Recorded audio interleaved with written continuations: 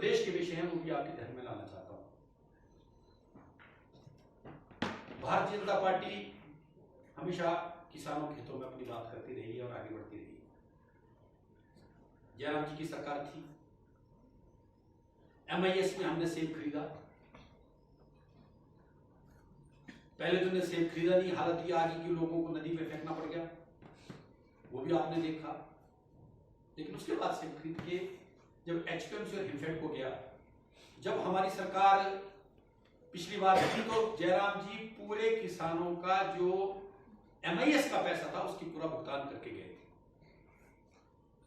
पिछला सीजन बीत गया और दूसरा सीजन आरंभ हो गया। आपको मालूम है कि अब आज मेरे को दवाइयां खरीदनी है, मुझे नेट खरीदने हैं, मेरे को पेटियां खरीदनी है, मुझे इंसेक्टिसाइड खरीदने हैं, मुझे पेस्टिसाइड खरीदने हैं।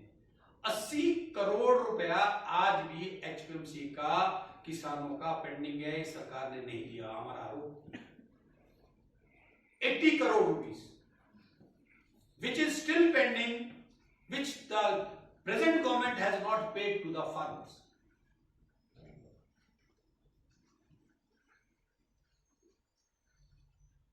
सरकार बदली, पॉलिसीज आई।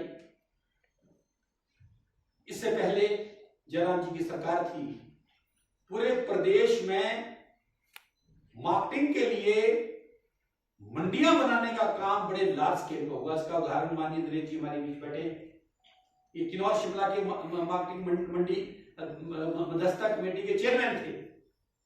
रोडों की मंडी हो, शिलारों की मंडी हो, अपना सेंज की मंडी हो, पराला की मंडी हो, खड़ा पत्थर की मंडी हो, मंडी में हो, कुल्लू की मंडी हो, बजौरा की मंडी हो, सारी मंडियां भारतीय जनता पार्टी की सरकार में क्रिएट हुई।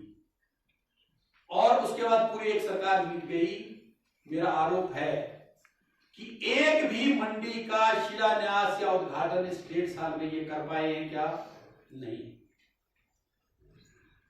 और जो मंडियां बन रही थी उन मंडियों की भी इंप्लीमेंटेशन पूरी नहीं कर पाए।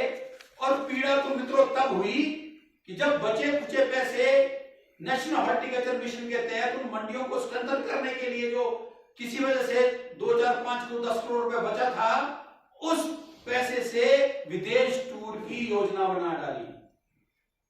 ये तो भारतीय जनता पार्टी ने जब आंदोलन पे आई, जब इनको एक्सपोज किया, फिर जाके वो प्रोग्राम रद्द हुआ। नहीं तो उस पैसे को भी ये विदेश दौरे पे खर्च कर रहे थे, मंडियों को स्ट्रेंथन करने पे नहीं।